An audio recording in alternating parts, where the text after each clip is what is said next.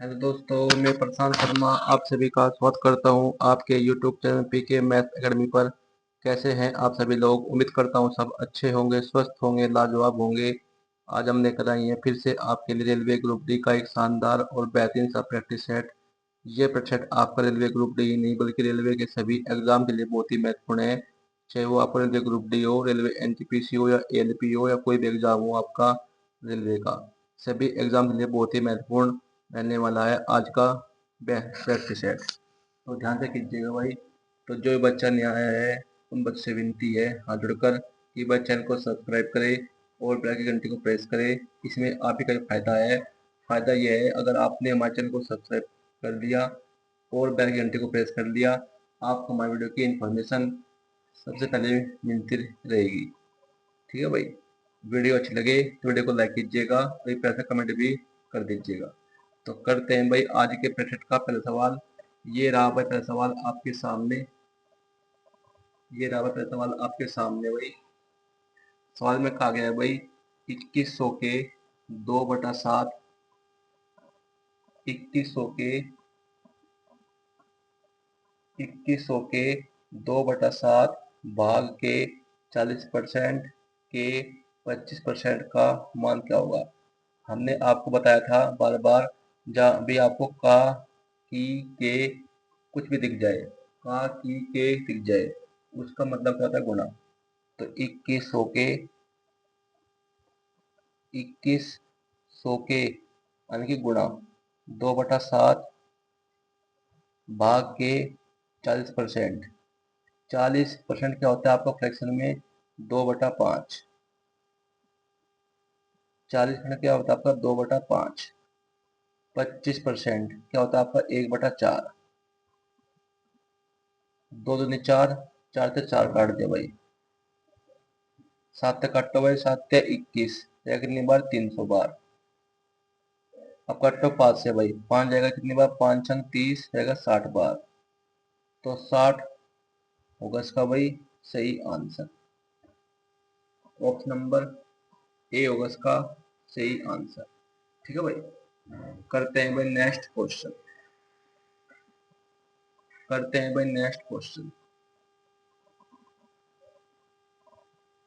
सवाल में कहा गया है भाई 1 से 50 तक की सभी सम संख्याओं का औसत ज्ञात कीजिए।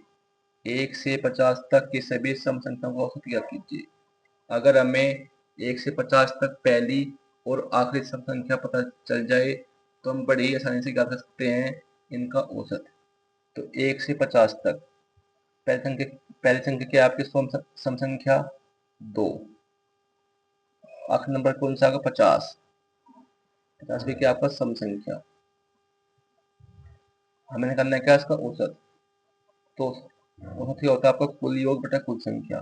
तो 50 में 2 जोड़ देंगे, 50 प्लस 2, दो संख्याएं हैं, दो से देंगे भाग। 50 और 2 52, 52/2, दो से भाग देंगे कितने आएगा? 26। तो 26 होगा इसका भाई औसत। यही होगा इस सवाल का सही आंसर। ऑप्शन नंबर बी होगा इसका सही आंसर। ठीक है भाई। करते हैं भाई नेक्स्ट क्वेश्चन।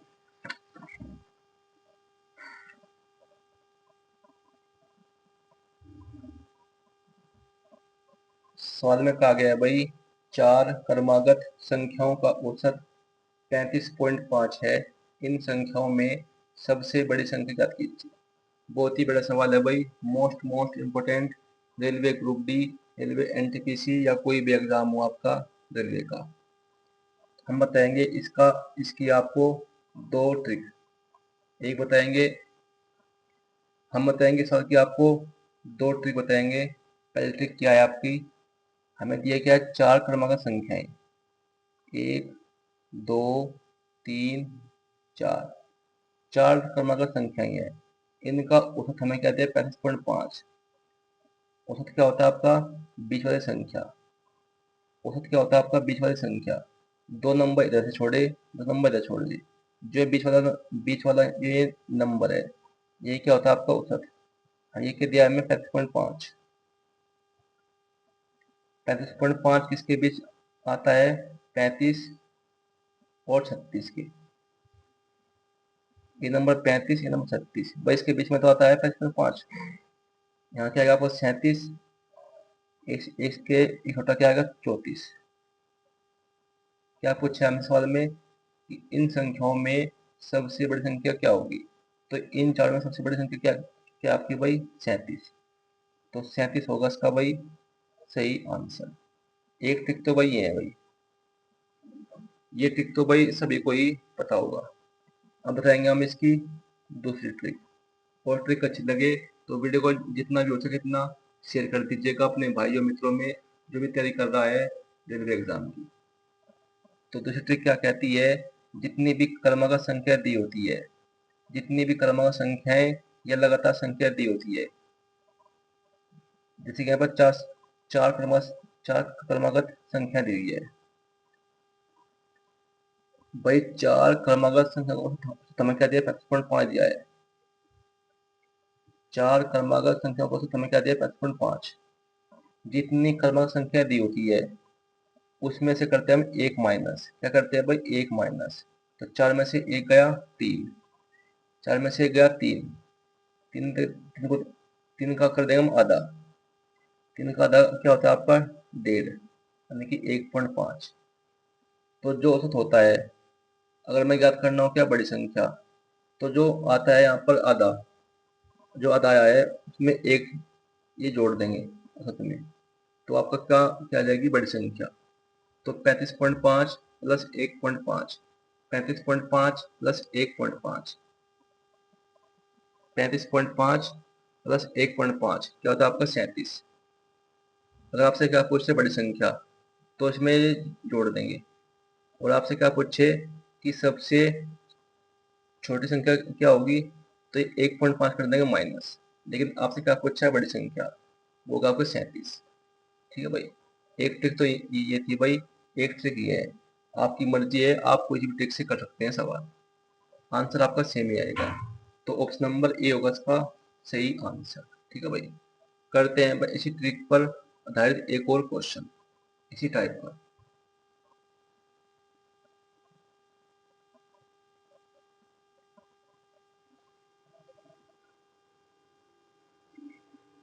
सवाल में कहा गया है भाई 44 क्रमागत संख्याओं का औसत 78.85 है, इन संख्याओं में सबसे बड़ी संख्या क्या ज्ञात करें।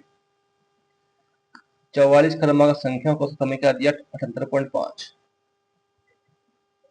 हमें करने के लिए बड़ी संख्या, हमने क्या बताया था आपको, जितनी क्रमागत संख्याएं होती है उसमें से करते हम एक माइनस, कितने दिए 44, 44 में से एक कर देगा माइनस, क्या आएगा आपका भाई 43, इसका कर दे हम क्या आधा, जिसका आधा करेंगे तो क्या आएगा आपका भाई 2 दूनी 4, 2 एकम 2 और 2 पंजे 10, 21.5।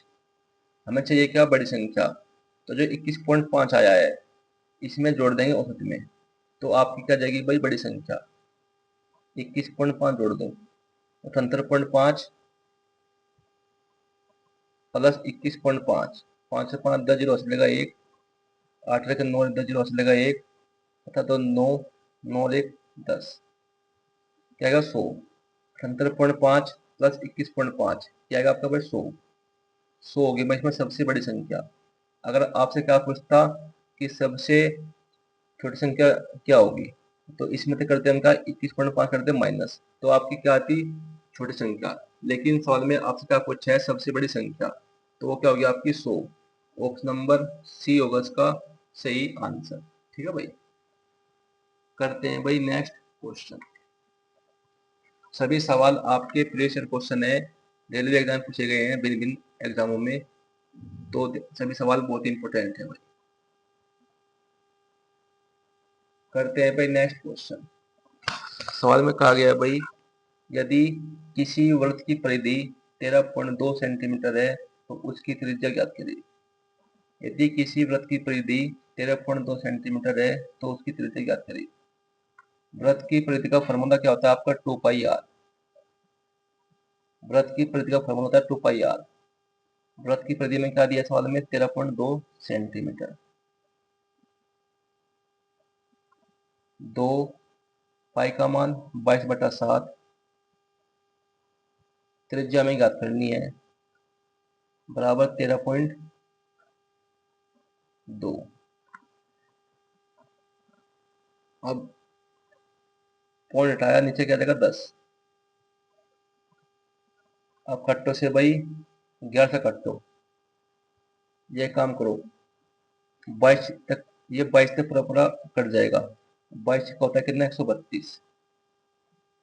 अब कटो 2 से भाई, 2 तिया 6, 2 तिया 6 और 7 तिया 21। तो त्रिज्या क्या आ गया आपकी बस 7 तिया 21, 21 बटा 10। नीचे एक जीरो है तो ऊपर भी लगेगा एक अंक के बाद पॉइंट, नीचे एक जीरो है तो ऊपर लगेगा एक अंक के बाद पॉइंट। तो त्रिज्या क्या आएगी आपकी भाई 2.1 सेंटीमीटर। यही होगा इस सवाल का सही आंसर। ऑप्शन नंबर डी होगा इसका सही आंसर। ठीक है भाई, करते हैं भाई नेक्स्ट क्वेश्चन।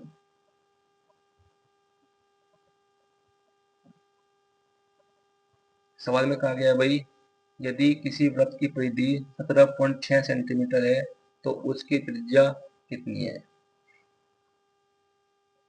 ये यहाँ से पॉइंट यहाँ पर एक अंक के बाद जब पॉइंट आएंगे तो नीचे क्या जाएगा 10। वृत्त की परिधि वो सेम सवाल है भाई। वृत्त की परिधि का फॉर्मूला क्या होता है आपका 2πr। वृत्त की परिधि में क्या दिया है भाई 176/10। पाई का मान 22/7, 2 गुणा 22/7। त्रिज्या में ज्ञात करना है, यानी कि आर का मान हमें ज्ञात करना है 176/10। 22,000 का ये 22,000 का कितनी बार ये जाएगा भाई 8 बार। 22/176। अब कट्टो से 2 से भाई, 2 चौक 8, 7 गुना 4 7 चौक 28। तो त्रिज्या क्या जाएगा 28/10। नीचे एक जीरो है तो ऊपर लगेगा एक के बाद पॉइंट। तो त्रिज्या क्या जाएगी आपकी भाई 2.8 सेंटीमीटर। ये होगी भाई इसकी त्रिज्या कितनी 2.8 सेंटीमीटर। ऑप्शन नंबर डी होगा इसका सही आंसर। भाई वीडियो अच्छी लग रही हो तो वीडियो को ज़्यादा शेयर कीजिएगा, ज़्यादा लाइक कीजिएगा और कमेंट बॉक्स में हमें बताइएगा कि आज की वीडियो आपको कैसी लग रही है, ट्रिक कैसी लग रही है। और जो बाकी के जो पार्ट है वो मिल जाएंगे आपको हमारे चैनल पर विजिट कीजिएगा PKMS अकेडमी पर। वहाँ मिल जाएगी आपको एक प्लेलिस्ट और रेलवे एग्जाम के नाम से, वहाँ पर आपको सभी पार्ट मिल जाएंगे। जाकर भाई देख लीजिएगा सभी पार्ट, क्योंकि सभी पार्ट आपके रेलवे एग्जाम के लिए बहुत ही इंपॉर्टेंट है। सभी पार्ट जाकर देख लीजिएगा ध्यान से। ठीक है भाई, तो करते हैं भाई अगला सवाल। सवाल में कहा गया है भाई, यदि tan थीटा बराबर 4/5 है तो 3 sin theta plus 2 cos theta बटे 3 sin theta minus 2 cos theta का मान क्या होगा। बहुत ही बड़ा सवाल है भाई। tan थीटा क्या होता है आपका sin थीटा बटे cos थीटा। ये क्या दिया आपका 4/5 भाई। tan थीटा क्या होता है आपका sin थीटा बटा cos थीटा। ये क्या दिया 4/5। sin थीटा की वैल्यू क्या है 4, cos थीटा की वैल्यू क्या है 5। ये वैल्यू कर देंगे इसमें पुट भाई। 3 sin theta plus 2 cos theta. sin theta वाली क्या है 4, तो 4 दिया 12। cos थीटा की वैल्यू क्या दिया 5, तो 5 दूनी 10 बटे में 3 sin थीटा की वैल्यू क्या है 12, इसकी है 10। तो 12 10 कितने हो गए भाई 22। 12 में से 10 गए 2, उसे भाग देंगे 22 हो जाएगा कितनी बार 11 बार। तो 11 होगा इस फलों का भाई सही आंसर। ऑप्शन नंबर ए होगा इसका सही आंसर। ठीक है भाई, करते हैं भाई नेक्स्ट क्वेश्चन।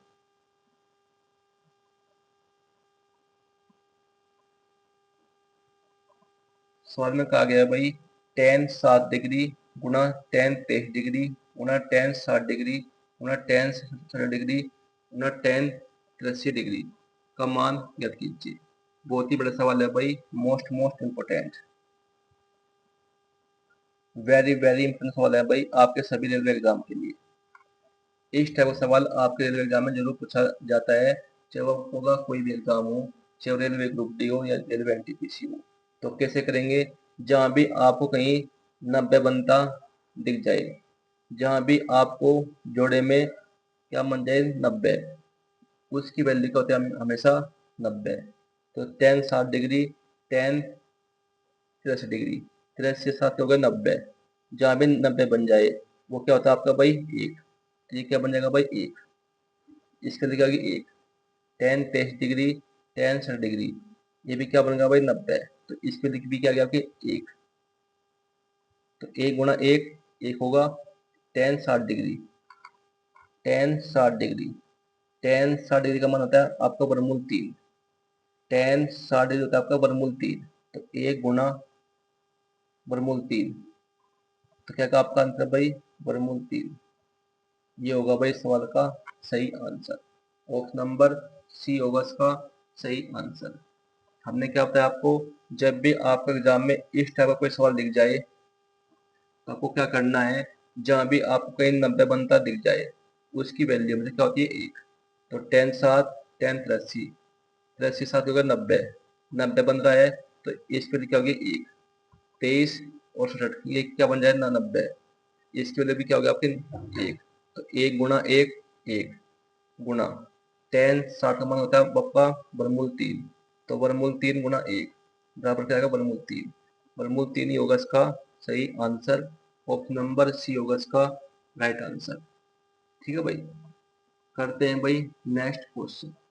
भाई ट्रिक अच्छी लग रही हो तो वीडियो को ज़्यादा शेयर करें, ज़्यादा लाइक करें और कमेंट बॉक्स में हमें बताइएगा कि आज की वीडियो आपको कैसी लग रही है। करते हैं भाई नेक्स्ट क्वेश्चन।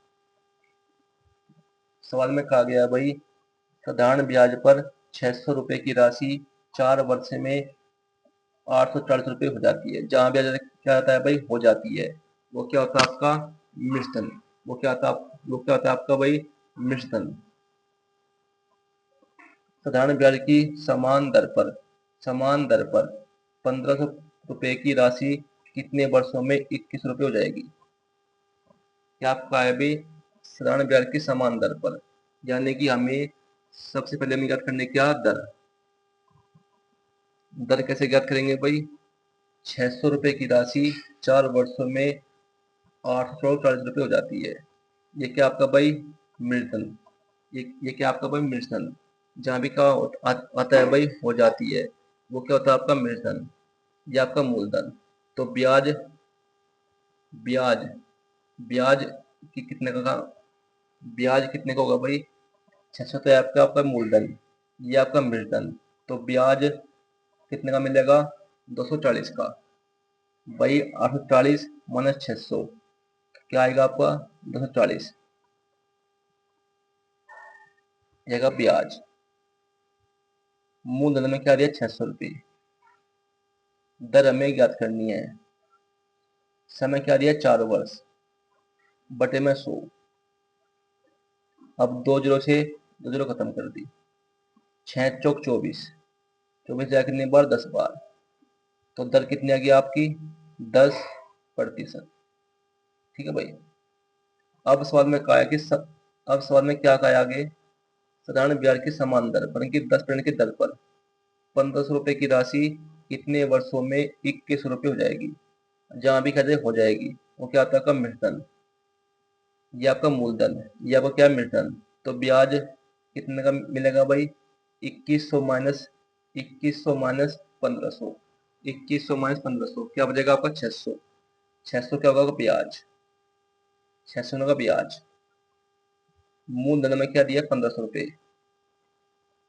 दर हमें अभी भी ज्ञात करिए क्या होगा ये आपके 10%, समय हमें ज्ञात करना है, टी का मान हमें ज्ञात करना है बटे में 100। तो 2 जीरो से 2 जीरो खत्म, 1 जीरो से 1 जीरो खत्म, 5 चौका 60, तो समय क्या गया आपका भाई टाइम 4 वर्ष, 4 वर्ष होगा इसका भाई सही आंसर, ऑप्शन नंबर ए होगा इसका सही आंसर। बहुत ही बड़ा सवाल था भाई, मोस्ट इम्पोर्टेंट आपके एग्जाम को देखते हुए करते हैं इसी टाइप का एक और सवाल।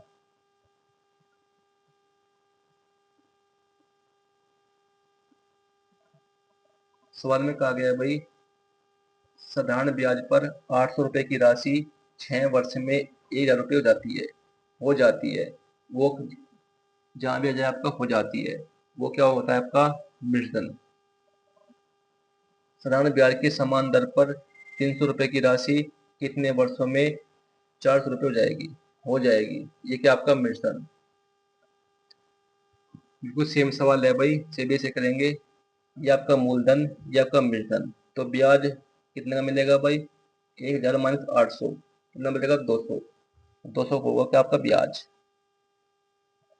मूलधन में क्या दिया है 800 रुपये।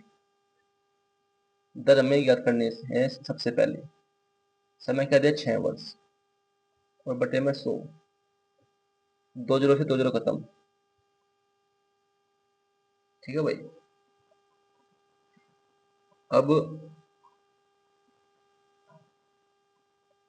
अब कटो से भाई 8 दूनी 16 कटो, 8 से कटो भाई, 8 दूनी 16 कितना बचेगा 4 जीरो, 8 पंजे 40, 8 पंजे 40। तो दर कितनी आ गई आपकी भाई, दर आगे आ गई 25/6%। ठीक है भाई। तो सवाल में क्या कहा आगे भाई, अब आगे क्या कहा सवाल में, साधारण ब्याज की समान दर पर 300 रुपए की राशि कितने वर्षों में 400 रुपये हो जाएगी। ये क्या आपका मृतधन, ये आपका क्या मूलधन। तो ब्याज कितने का मिलेगा भाई 100 रुपये का, 100 का ब्याज मिलेगा भाई, बराबर मूलधन कितने आपका 300 रुपये।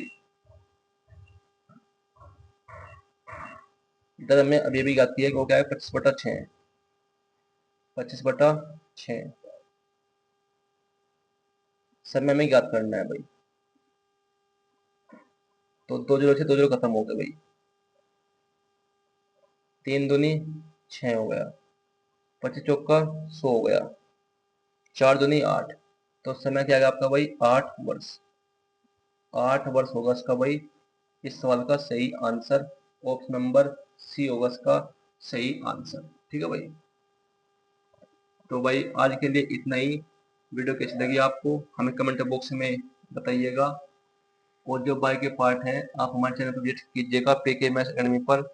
वहाँ मिल जाएगी आपको एक प्ले लिस्ट और रेलवे एग्जाम के नाम से। वहाँ पर आपको वो सभी पार्ट मिल जाएंगे रेलवे एग्जाम के।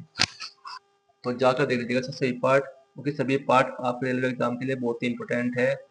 तो सभी पार्ट जाकर देख लीजिएगा बारी बारी से। ठीक है भाई। तो आज के लिए भाई इतना ही। मिलते हैं आपसे कल एक ऐसी वीडियो लेकर, ऐसे ही कुछ लेकर। तब तक के लिए आपका बहुत बहुत धन्यवाद।